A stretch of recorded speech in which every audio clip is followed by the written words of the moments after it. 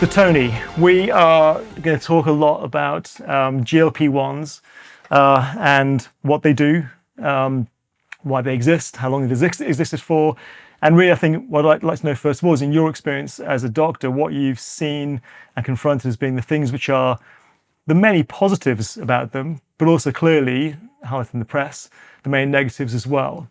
And I fall into the camp of being quite pro these, but I'm definitely a camp of they've been abused massively and used wrongly, and the outcomes have been poor long term, but I'm an advocate of them being used well. Absolutely. I mean, first of all, thank you for inviting me to talk with you today about it. I think this is an area which is hot in every area of health and wellness and fitness at the moment. I think the truth is that there are lots of things out there which you hear about every day, the kind of fad words, whether it's wellness or longevity or GLP-1s now is the latest thing. What's the important thing for me is where are they placed? Is it evidence-based and is it clinically led? I think as a client who's looking to potentially use these things, there is so much misinformation out there. And one of the things which we spend our time doing as doctors is trying to tackle some of this misinformation. And some people have a very fixed idea that they want this medication and they will not stop until they get it. And I think they're often quite misinformed for a number of reasons. It might be something they've read, it might just be something they've got in their mind that they can't shake. Our job is to really make sure that you give the right treatment to the right person at the right time. And the way that you do that is by really getting to know the client, and you've got to make sure you do a thorough history. You've got to make sure you do all the right kind of testing for them. You've got to make sure that they're motivated, that they're showing evidence of looking at the diet, the nutrition, what's their exercise regime like. Only then I think do GLP-1s have a sort of a long-term effect on them. Otherwise, it's something which they tend to just use temporarily, and then suddenly becomes a bit of a fad. And either one or two things happen.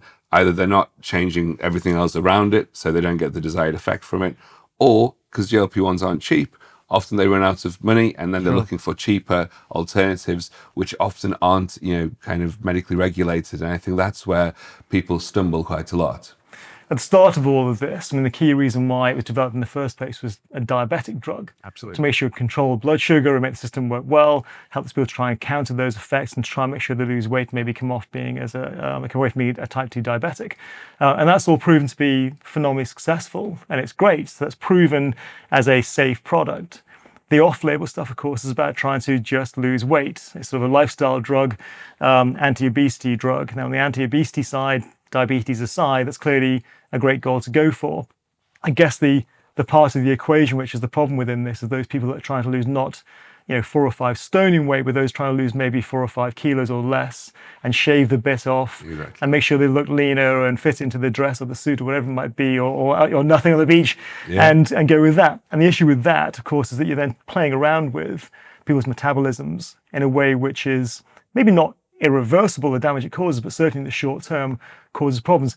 I know from our perspective, seeing people in the club, and let's face it, we can't say these aren't being used. Everyone's using these things. They're out there in a big way. The genie's out of the bottle without question. And we see people who are using them and they feel great because they've lost weight and they feel like it's all working.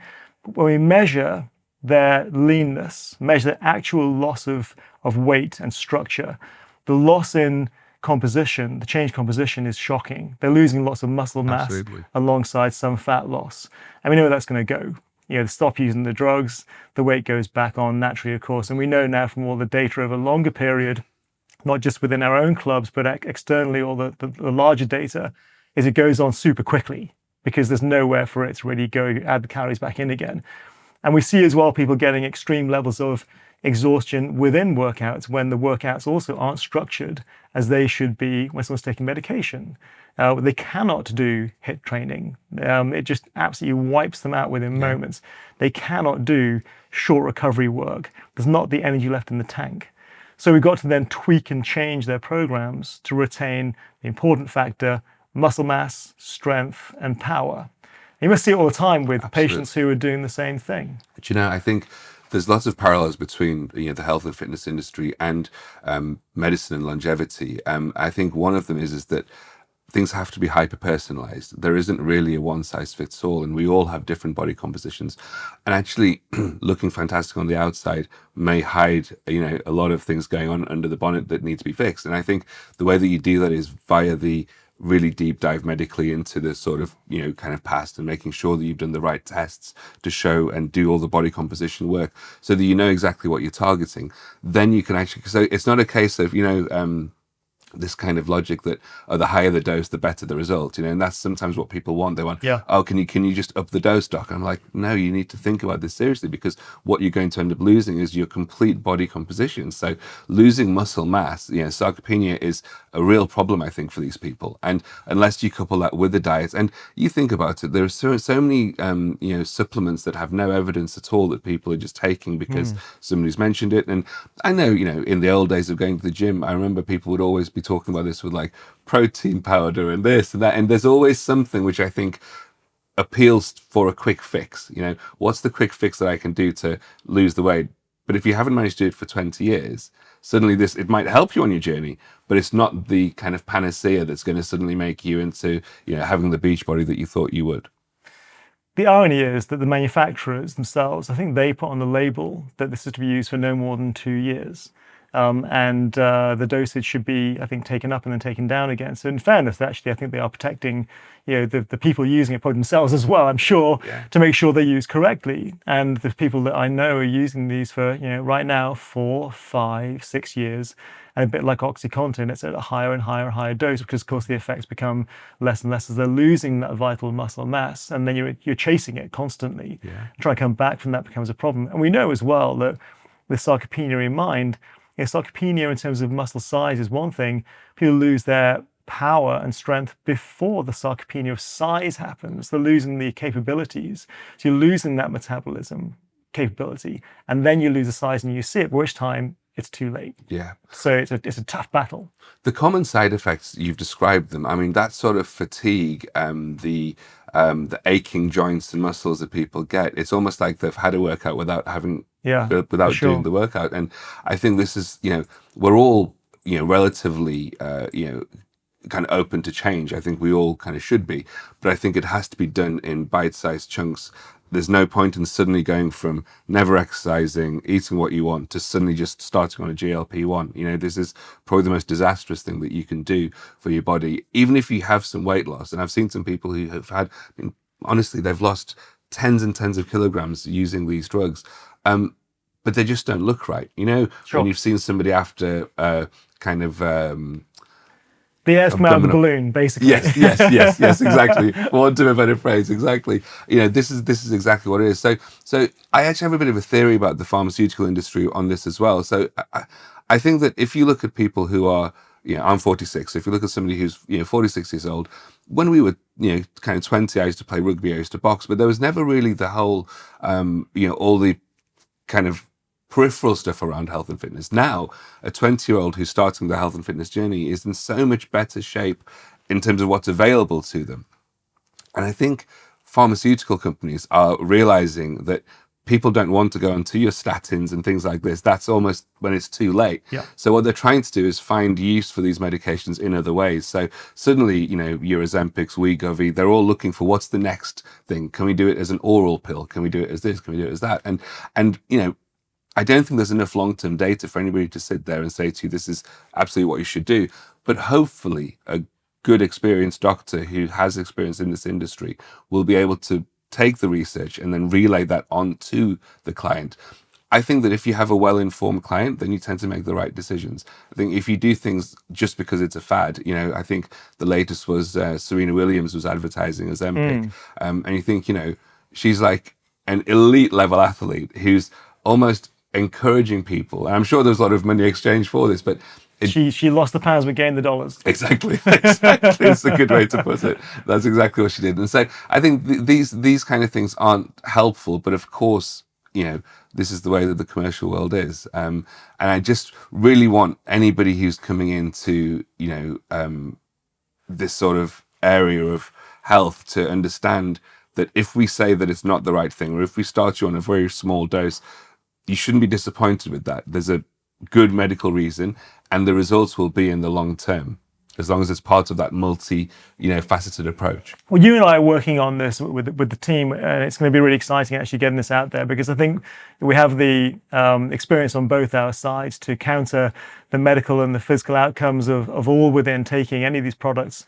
Some, I'm sure, for some people are better than others. Whichever they are that are going to work for that person, that's great. But we've got to really make sure that the person is fully able to understand impact on the body, fully able to understand the necessity to do the work. And that's why within the program we're setting up, it's all about, if you're doing the plan, taking the medication, doing the exercise, doing the dietary advice that you can do when you're on them, when your appetite goes down, maintaining that right protein and good fats intake, and make sure you're feeling so you've got the energy and the rebuilding blocks that you need. And if you aren't doing the work, you're off the medication. Absolutely. So it's very strict. If you're in it, you're really in it. Yeah. And we're on a plan, a program.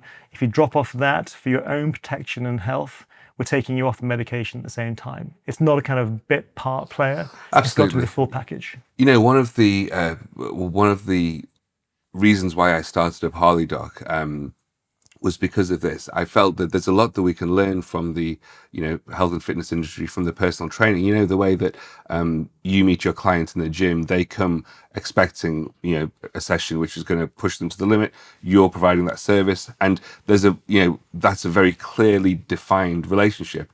Historically, the way that doctors and patients have been is that it's been quite kind of dictatorial. So I will, bark at you that, Matt, you need to stop smoking, you need to stop drinking, you need to lose weight, you need to do this.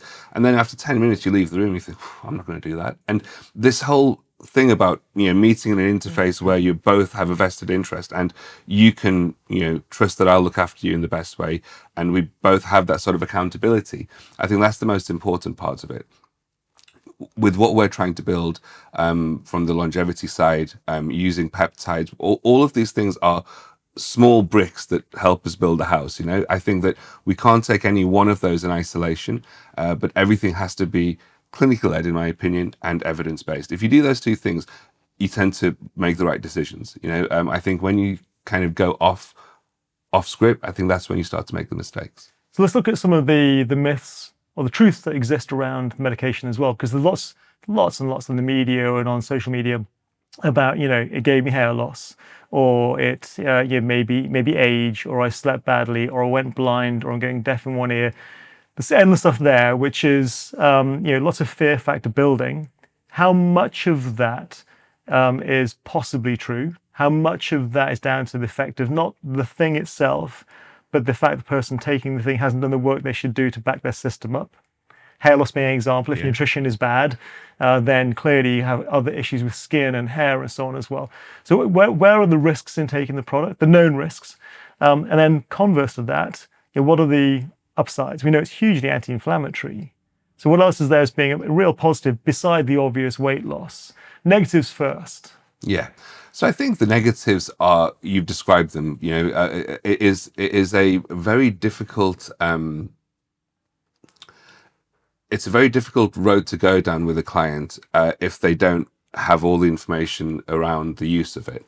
The negatives that we see predominantly, I would say, are that they have not tried the simple stuff. So when you're looking at, let's say, hair loss as an example, you have to have that multifaceted approach. So what's their sleep routine like? What's the background stress, anxiety levels? What's their, kind of general, kind of vitamin levels, iron levels, making sure that they've got all of those things in place. Diet, nutrition, exercise goes without saying. Sleep is probably the biggest thing that you can do to, help your longevity. And I think all of us could probably have better sleep hygiene, myself included for sure. What I think then happens from there is that you get an idea of, okay, is this person in good general health? What we can't do is change someone's genetics yet. So if you've got a family where everyone loses their hair at the age of, 20, you're going to have your hair thinning around that time, and if it's important for you, of course, there's hair replacement. my experience has been all the topical stuff, it doesn't really work. And funnily enough, I just had a client this morning who was talking about this, and I just said, look, you've spent thousands, probably tens of thousands of pounds on PRP, on minoxidil, on finasteride. You've tried everything and it's not worked. At what point do you just say, okay, this may be my area of weakness, this may be my lot in life, and I'm not going to be able to change this aspect of it? Unfortunately, people still pursue, and it really breaks my heart to see people spending so much money on something which is not going to make a difference. So I think realistic expectations is the most important thing. And I think from there, you can implement a change, whether it's a medication, whether it's something else, but you have to have give that a good time to work, keeping all the other variables the same. So if you think about it, if I'm working in the finance, in the city, doing 13, 15-hour days, I'm drinking way too much alcohol, I'm smoking because it keeps me calm, all of these things, how can I expect my hair not to fall out unless I'm tackling those things? And so this is the constant conversation that we have. So I would say they're the immediate sort of negatives, that people expect a quick fix for a long-term problem. Some of the positives, it's well publicized. I think that if you just look at it as, can I get somebody's weight down, then GLP-1s are fantastic at doing that. There is probably not many other medications, bar going for serious surgery that will get rid of all adipose tissue, that will give you that sort of impact. So the positives are definitely there, but it's about how it's done in a balanced, stepwise way. And so what we hope to do with you guys is to have this sort of stepwise process, periodic reassessment, making sure that the client is as well informed as they can. And obviously they will be consenting at the beginning of it, but revisit the consent. Are you getting what you want from it? What are the, be honest about the side effects. Because if you're getting the side effects at 5 milligrams, going up to 10 milligrams is only going to compound that. And we have to have real sort of honest, conversation, which is why I said it can't be that old fashioned, I'm the doctor, you're the patient, you take what I tell you to. In the same way, the patient can't come in and say, doc, I want 10 milligrams, here's the prescription. It has to be, a relationship. Yeah. And we're basing it on that kind of, that sort of chat, interview, consultation process. We have blood data about our client base as well. We actually have also as well lots of other things too, like the VO2 data. We've got their strength data. We've got all their numbers. So all those metrics will help to have an informed decision over what the effect of this is going to likely be, and where might the pitfalls lay. So it'd be good to see how people who've come into this fresh go to it, because our client base, of course, already work out, already follow diet patterns. As people coming into this at the start, that's the challenge. But that is the broad challenge. That's the thing, is most people don't work out as much as they should do or could do or at all. So again, that group of people who are fresh to it all, taking medication and starting a new routine, that's the challenge. But we have a guaranteed way to make that work. We know our workout pattern does what it needs to do. We also know what it does is doesn't destroy people. And the workouts themselves, they really can. Like I said before, having hit work at the wrong time for the wrong person, doing strength training without adequate breaks and rest, not loading adequately enough, not creating strength, looking for massive hypertrophy. We know the routes through all of that. We created the ideal workout routine specifically for using GLP-1s by testing it. Fully testing it. So we know that the muscle retention is incredible based on our doing compositional tests on Staiku. We can see through their circumference chest as well on Staiku as well. So it's a really fascinating pattern. Is there one product right now which seems to be producing the best results, or is that person specific? It's person specific, really. I think what you've just described is number one. I think the reason why you guys are so good at what you do is because you're so passionate about it, and you're obviously very client focused. But I think the main thing is the experience that you have of the industry. So it's only experience in years of doing this that will tell you exactly what's right for each client. It's the same thing in medicine and healthcare. This is what really frustrates me about the NHS, is because you don't see the same person more than once. So how can you get the same experience? And so what happens over a period of time is people just lose faith with that, and they go into looking at other alternatives. They look on TikTok for the health advice. And I think that's where, years of experience are the most important thing. You know what your clients want from a training point of view, and you've got years of data to show that it works. It's the same in kind of healthcare. And so when you have a new product that comes out, we have lots of evidence about how it helps diabetic patients, but what we don't have yet is how it affects people in the long term. And that data has to build, it has to start somewhere. But we're in this generation of instant gratification. People see it and they want it the next day. I think with that comes a danger. But I think that's the responsibility of the trainer, is the responsibility of the doctor. But what you get with both those worlds colliding is the oversight from all aspects. So we can never say there's no risk, but you mitigate the risk by coming to a service like this. So I think what is important as well within any medication, of course, especially within this one, is looking at the possible addictive qualities, because whilst it in itself is not an addictive substance, I don't think, the usage of it, the way in which it gives you the outcome, the promise of the loss, the holy grail of all of that, that's addictive. And therefore the need to not come off that becomes, really, it's reliance, and that's an addictive quality of that question. So psychologically, there's lots within GLP-1s that's interesting, but also within all of this, someone's cognitive health is also a key factor in their overall health and well-being. Do you know, we see this as probably equally important as what we've been talking about. There is very little point in having, a great physical appearance without having the cognition to go with it. I think that there's always been a very complex relationship between body image, psychology, and the actual, kind of reality of it. As part of the kind of assessment, when we meet a client first, we always delve into the psychological side of it. What are you trying to get? Is your expectation realistic? Where does that come from? Like, what's the reason why you want to lose it? It could be as vain as I want to look good in my shorts on the beach. Like, that's absolutely fine. There's nothing wrong with that. But also, let's explore a little bit more around that. Like, where's that coming from? Is it that you'll be surprised the kind of things you can eke out during a consultation. You can often find there are things at home which aren't quite right. There's often sort of the victim of coercive behavior, like you must lose weight or whatever it might be. So these things are not just worrying, but also if you're doing it for somebody else, you're probably not likely to get the same effect. Ultimately, you have to do it for yourself. So we see the kind of psychological assessment as a big part of it, but also the cognitive buildup of the patient as well. I read an article not so long ago that was, saying how we talk to the same handful of people every day. And I think with that, as much as we love the people around us and, whether it's colleagues, family, partners, I think the difficulties is that how are you looking after your cognition? I'm not saying that everyone has to do 10 pages of Sudoku every day, but something which helps you improve your neuroplasticity. I think this is a concept which has come about recently, but the brain is an incredible organ of which we understand a certain amount, and the rest is a bit of magic. To be honest with you, no one fully understands it. But what we do know is that if you can do the cognitive build up as well, it not just makes you staves off the onset of various things in later life like dementia, but it also means that you will have a much more robust infrastructure to your life. You're not just worried about the way that you look, you've also got fantastic cognition as well.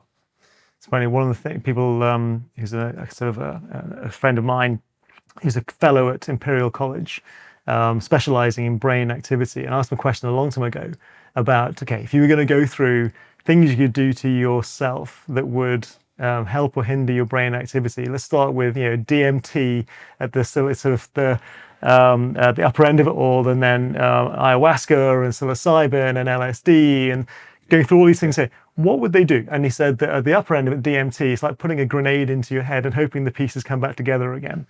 It might be an interesting experience, but actually it can send you sideways as well. Ayahuasca, kind of the same. It's a bit hit and hope. It might be the best thing to happen to you. You feel like you've got some amazing cognition and it's all worked phenomenally well. For some people, that really might be true. It could be a great thing, but it's a little uncertain. Psilocybin, mushrooms, probably the same kind of thing. LSD, a bit more measured because you know what the thing is as compound. He went down and down and down. He said, if everyone could have one thing for neuroplasticity, he said meditation would be what you would do regularly. Absolutely. And that's going to give you the easy, no-cost way to get that to happen. Now, outside that, there's lots you can do, and how we have social interaction with other people in different groups, how we do things like Sudoku and crosswords, and you name it. These all help enormously. But they are key factors because, you're absolutely right that unless someone has control over the brain and they are at one within, then the external really doesn't matter at all because you're tearing yourself apart anyway. With the better cognition, you tend to avoid the kind of stimulants that you normally would anyway. So there is a dependence that comes over time. You mentioned a few things there, which I think are so true. I've got friends who are within the kind of healthcare industry who've been on a retreat and tried the ayahuascas and things, and it's changed them profoundly afterwards in the sense that they feel they've had this out of body experience and they can't not have that again. Like they're now like fully in, and that in equal parts I guess excites me. Like, no, maybe not excites me, kind of interests me. It's intriguing. It's intriguing, right? Like, because I just think to ourselves, like, how we've all heard the stories about somebody who's gone into a coma and woken up and they're able to speak in Chinese. Like, these things I think fascinate me, but it's because we don't understand them.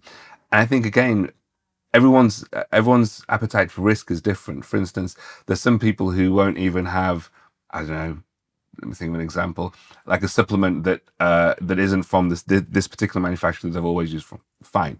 There's equally people who will go out into a club and take a tablet from somebody who's just walking past and giving them something, and they won't think anything.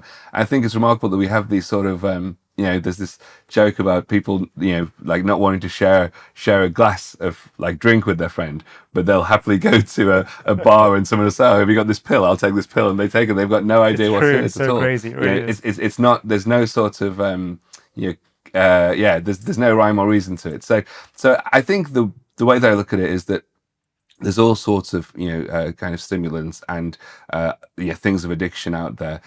I'm not here to say to people don't do them. Everyone's able to make their own choice, but be informed in what you're doing. And I think that if you are going to go down that route of taking stuff which is totally unregulated or even illegal, there are going to be health consequences to it. You've got to just be fully prepared for that. And I think that once you have your mind turned by one of these things, it's very difficult to then close the door on it. No, I agree. But I think what you and your team do very well is be able to actually work on assuring people that they can find the way to make sure their cognitive health is good and it's well and they're in the best possible state, whatever their choices then might become. But certainly in terms of just being at peace with themselves, being able to actually make sure they feel the best version of themselves, all the other physical benefits then we work on, what we do, will feel like an even better response and result and return on their money. Yeah, absolutely. And, I think that as long as people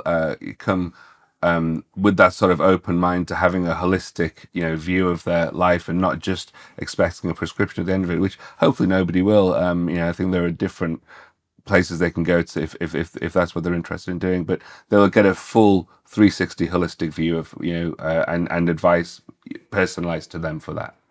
Are you seeing cognitive issues cropping up more with younger generations coming through now? And do you think that's down to the changing use of social media and the way in which that's either forming short-term dopamine hits or greater scrutiny from larger peer groups, even unknown peer groups, the unknown like-dislike commentary, trollers out there? Is it coming from that? Is it other pressures externally, family changes? Yeah. So, I've been married, I've been divorced. And so I say this with, sincerity because I've seen it myself. I think there are a lot of families which are, kind of one-parent families now. There are, children who are growing up in an environment where perhaps there isn't that cohesion, there isn't that harmony that, we might have grown up with in our own, kind of early lives. I think with that comes a huge impact on parent and child alike. So if you're a young person who's coming up and, let's say that, you're part of a single parent household, you find your influence from somewhere, and if mum's always out working, then that comes from somewhere else. So what we often see on some of the kind of inner city estates is that there's a huge sort of like gang culture where people are doing things because that's who their male influence is. So take that as one aspect of it, that who's your influence from a young age.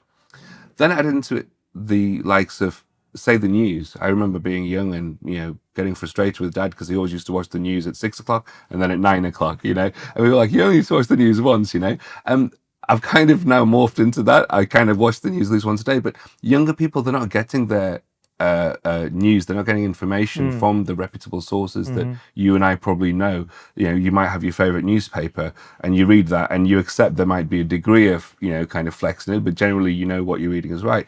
You know, young people don't really read the newspapers more, so they're getting their news from, you know, social media, from, you know, sources which aren't necessarily, you know, reputable.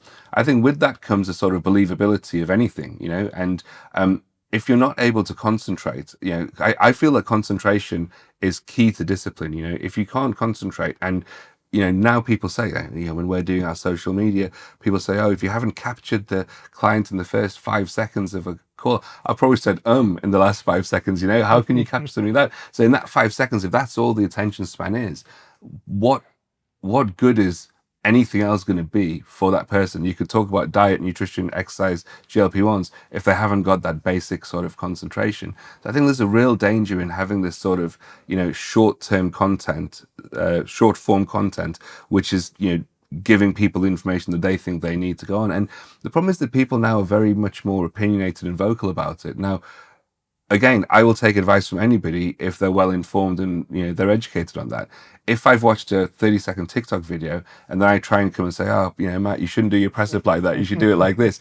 I mean, you know, that's what it is. Yeah, that's the world that we live in. So I think, you know, I'm sure every generation says this. It's not easy being a young person right now. I think there's huge pressures on them from, you know, societal. I think relationship. You know, if you look at the way that young people approach relationships now, it's very different to probably the way that you and I did. You know, Yeah. we had a bit of a kind of, I guess, convention or orthodoxy to it. Like, you know, we're going to try and meet a girl by the time I'm 20 and be married by 25 and have kids by, you know, 30 or whatever it might be.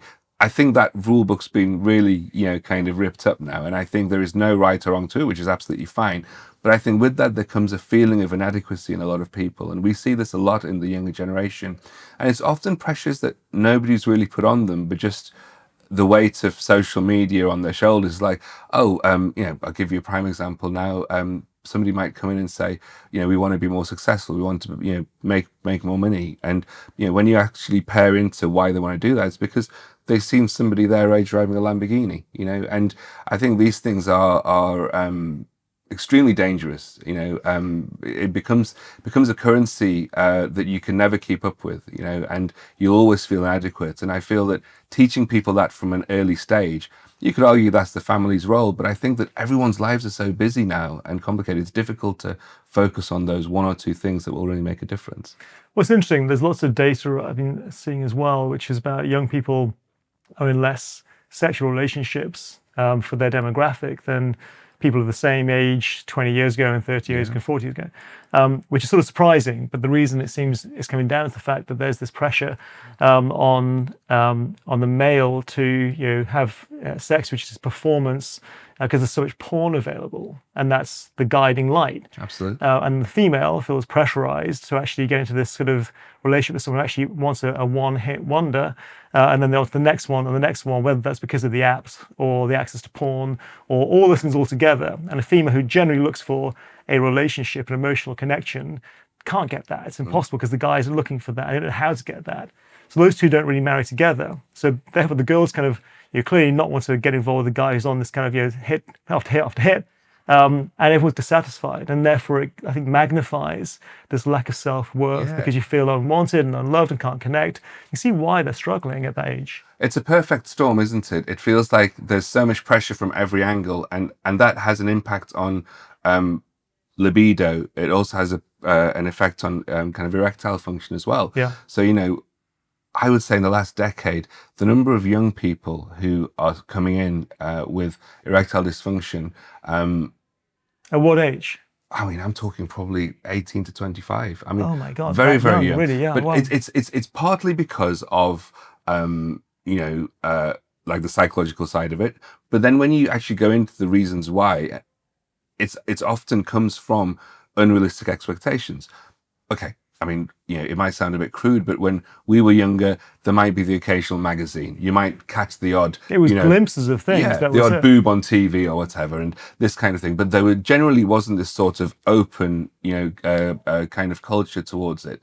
And again, I get that times change, but I think that when you have open access to pornography and often quite graphic, violent, multiple partners, sort of making the body do things that perhaps aren't natural, and being like, again, perhaps a bit of a crude example. I remember seeing like a young female patient who was late teens, let's say, who was incontinent of feces because Wow. she'd watched all this pornography that had Normalize the whole thing. normalized that if you're going to be with a guy who's older, you have to be willing to have anal intercourse, and then that becomes a sort of, and again, each to their own. I'm not saying that you shouldn't do whatever you feel comfortable with, but if you're being made to feel that because of watching pornography or because someone else is telling you, it really is quite a damning indictment of modern society, I think. It is. And then how do you combat that? Because once the floodgates have opened to free pornography for everybody, you could choose any setup of demographic or numbers of people, and you would find that porn somewhere online now. Once you open the floodgate, you can't then close it. You don't Yeah. can't close it. Like society is gone down that road forever. And I think that's where it comes from. People have unrealistic expectations of what's expected of me as a man in the bedroom. Will a woman find that attractive? There's this, obsession now that women want success. Maybe that's partly true. Maybe that has changed. That success means wealth. Wealth means that you have to have a Lamborghini or dress in this designer clothes or whatever it might be. These things are all. There's always going to be a point at which you cannot go any further. If you're able to earn six figures a year, let's say, that might not be enough for the person that you want. So what are you going to do? Work 2 6-figure jobs and then have no time at all? I think these are the conversations which we have regularly with our clients. And it seems such a basic thing, but it infiltrates a bit like a Japanese knotweed into all aspects of their life. For sure. Whether it's financial, whether it's professional, whether it's the family relationship.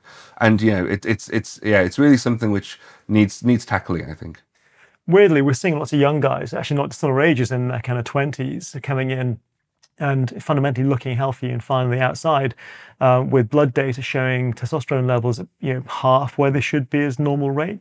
And they would have been at a level now which would have been their grandfather 30 years ago, 40 years ago, at the age of 60 odd years old.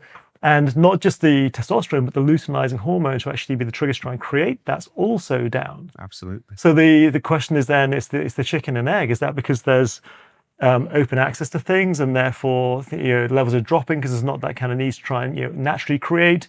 Is it something that we're eating or drinking?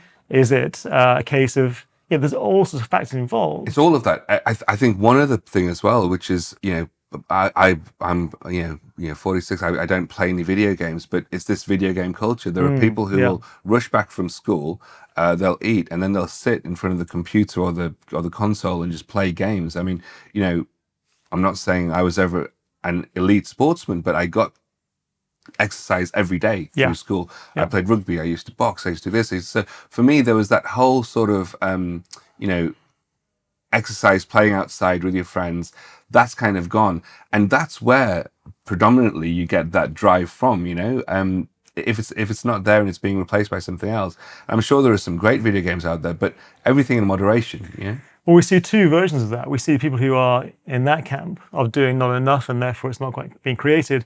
At the other end, we're seeing guys as well in their 20s, more guys than girls, who are doing so much training and so much overloading day after day after day that they're suppressing their testosterone levels, can't keep up with demand for nutrition.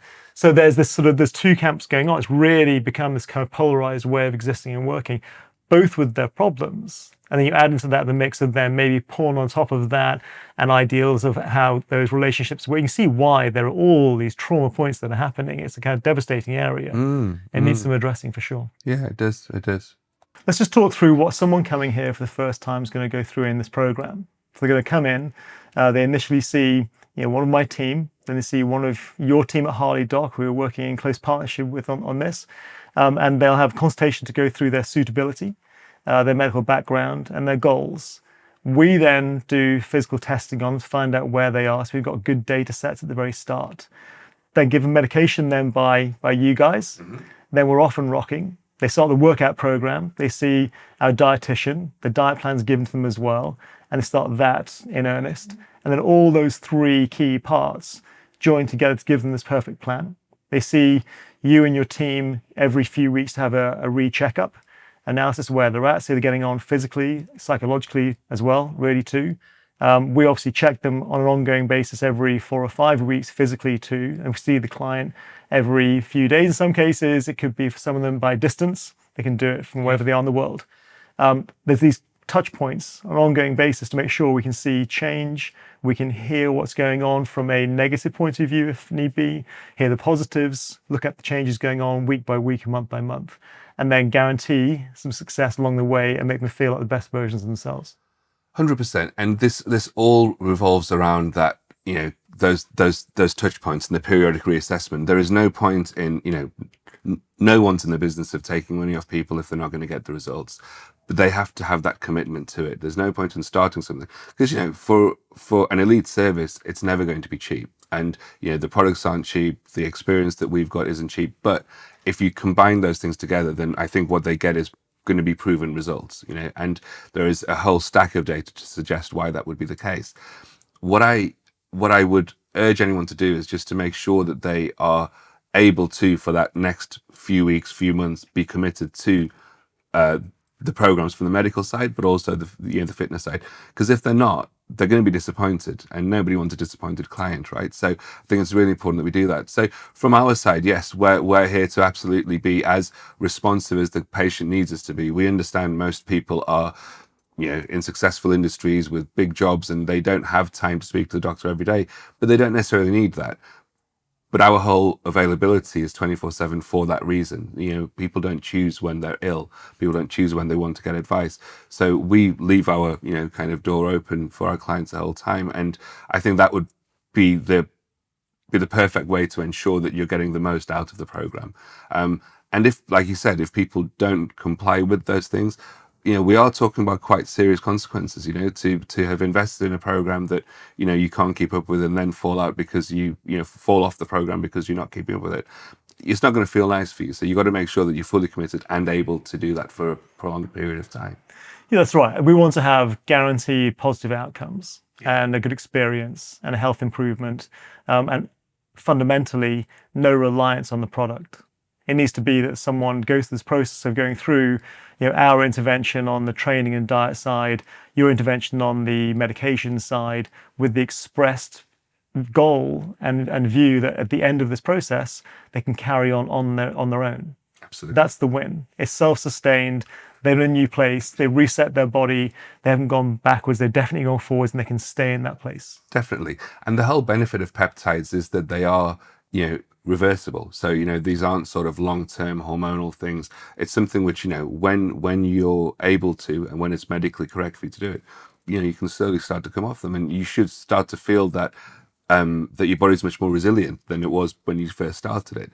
The main thing is just, you can't just focus on one aspect of it. You can't just focus on the medical side without the physical side and the fitness side and the nutritional side. So our aim is that, all roads are leading to the betterment of the client, and with that, everyone's got to have the foot on the gas moving forward. So if they need some things, some people will need more hand-holding with the nutritional side, some people will need that more with the health and fitness side.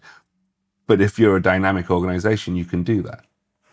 It's a semi-aside from the GLP-1 peptide area, but peptides in general right now. I mean, there's so many available on the market, on the black market, on the main market, you name it, they're everywhere.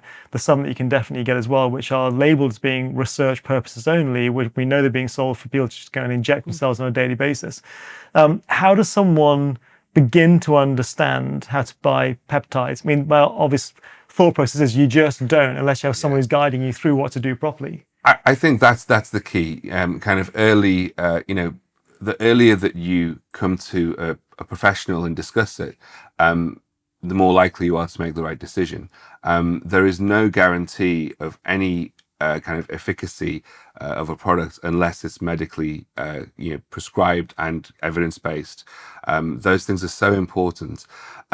I mean, the first thing to say is there's, I guess for the people who don't know, the peptide is like the intermediate between the amino acid and the protein. So its beauty is that it's quite short term. It can be reversed, but it has a profound effect on the body when used correctly. When it's not used correctly, it can cause, as we discussed, side effects and contraindications to lots of different things. So you have to be very cautious with that. But the main thing, I think, is that people who come into it, they understand that this isn't something to be taken lightly. It's not just like taking, some vitamin D tablet from the, pharmacy. That there are, long-term effects. But what they can do is mitigate against that by seeking the right advice at the right time. I would say that the things which are, being sold as tablets, peptides, strictly speaking, they don't often survive the digestion process. So if you're having them orally, you have to really kind of be aware that it may not be what it says on the tin. Because right now there's lots of stuff about taking the Wolverine stack and so on and doing that whole number.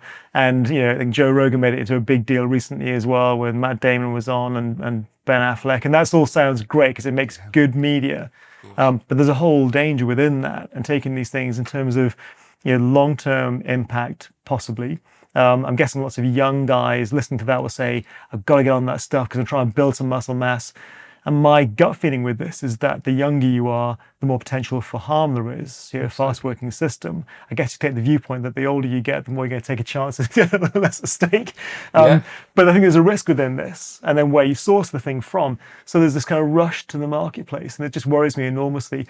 But within all of that, though, things like a BPC 157 and so on, I mean, these are effective, Correct, but only the right dose and the right type for the right person with the right background data. Exactly. It's check. Exactly. There has to be that series of checks. And, we're absolutely not against giving peptides. I think they have a huge role to play, but it has to be for the right person, the right thing at the right time. And if any of those things aren't correct, then you'll see that people just won't get the effects that they want from it and spend a fortune in the process. I'm really big on this, that there's so many fads out there, and all the buzzwords that we were talking about earlier. I'm really clear to stay away from those things and just, this is what we can do. This is what we, think with the right guidance you can achieve. But please don't waste your money on products which are black market or you've seen on TikTok. And if suddenly these things have we all see them everywhere, don't we? Flash sales. It's like if someone's doing a flash sale, I would urge you to think twice about whether or not that's a good product or not. The best products, they never ever go on sale. Unless you're buying a Hoover, then don't do a flash sale purchase. That question. Yeah, no, it's interesting. I think it's an area that we will dive into more and more, but it's one that definitely is strongly adjacent to the GLP-1s, that question, because there is a stack within GLP-1s that does work and can work, but it's just, again, getting that mixture and that blend correct and right for the right person at the right time. The other thing as well is the regulatory side. So obviously in the UK, where, very ethically led as a medical, kind of body, I think, we're heavily governed, by that. I think that governance gives people safety. Unfortunately, it also means that some clients don't get what they want to. So it's tempting to think, okay, well, I can't get this peptide in the UK, so I'm going to get it from America. I'm going to go to Thailand. I'm going to go to Mexico, and I'm going to get these things. Again, I mean, aside from the obvious kind of, buying things and are they actually going to ship them to you or not? I just have so much worry about younger people using these products just on a whim almost. It's so important that people use the right thing at the right time and from a reputable source. What do you think of the plan by the NHS by the health minister to try and use GLP-1s as handouts for people to lose weight? And also, I'd sort of say that with the idea in mind, there's this kind of plans to try and give people GLP-1s to lose weight in preparation for orthopedic surgery. Yeah. I find that a bit terrifying, and you're going to lose muscle mass at the very point you need to gain muscle mass. Do you know, I think the people who make these policies, and maybe I haven't told you this before, but in a previous life, when I was working in the NHS, I was the chairman of the clinical commissioning group. So the regional NHS where I was, I think we had a budget of £530 million, which sounds a huge amount of money. But for a population of, I think, 400,000 patients, that just evaporates. What you see is that things haven't changed in decades. They're still very knee-jerk with the way that they're approaching these things. Like, if people are heavy with, it's like a vicious cycle. People didn't have hip pain before they got heavy. So now they're heavy, they're getting hip pain. So you're going to do a hip replacement, but you're going to make them lose that weight before, just for them to put it on straight away afterwards. And it's so crazy to even think that that's, you know, the way forward. But you know what, Matt? Maybe this is where we're at in time. Like, people are as sensationalized as they've ever been with all things health. My worry is that if that's the diktat coming from the government, then that gives people almost like a free license to use these things. I think it's exactly that, and that's my biggest concern. Is these things, you know, they are powerful, they are terrific, they do work phenomenally well. They could be the panacea, but the way they're going to be given out like sweets to the wrong people without any oversight, I think it's a time bomb waiting to go off over the next 5, 6, 7 years, and we're going to create a whole load of people who, for a moment, feel good, but then can't go back to work again because they're breaking down in the the worst possible way, and they're back to square one and worse. Exactly, and yeah, everyone, whether you're a professional athlete, whether you're a boxer, like, everyone's got different needs to, you know, their training, they've got different needs to their nutrition. So to kind of think that this is the thing which everyone can use to, it just doesn't kind of, you know, resonate with me. So I think, yeah, we will absolutely, you know, prescribe them in the right place for the right person. But I think the more information that you provide the patient with, you know, the better the outcome will be. Yeah, and we're going to very much focus them on specific goals, you know, key targets based on good metrics, good data, good oversight. And we've got a lot of good boxes ticked there to make sure that they're safe, the goals are achieved, the downsides are avoided, you know, the pitfalls are gone, and they make sure they get, you know, they're healthier, they're leaner. And my goal for them, for sure, I know yours is the same, is not just longevity, it's more health span. Exactly. Living every day the best it possibly can be, whatever age you might live until, it's the best version of you throughout the entire process. Exactly, and recognizing that that is, you know, there's no point again in me, you know, being, you know, looking great from the outside, but the insides are, you know, kind of rotting with all these, you know, supplements which I shouldn't be taking, but I continue to take. I just think that there is a real place in the market for, you know, evidence-based, like, merging of the health and fitness world and the medical world, and I think that's what we'll do. I think we'll do it really well. For sure. Good. Thanks, Tony. Thanks so much.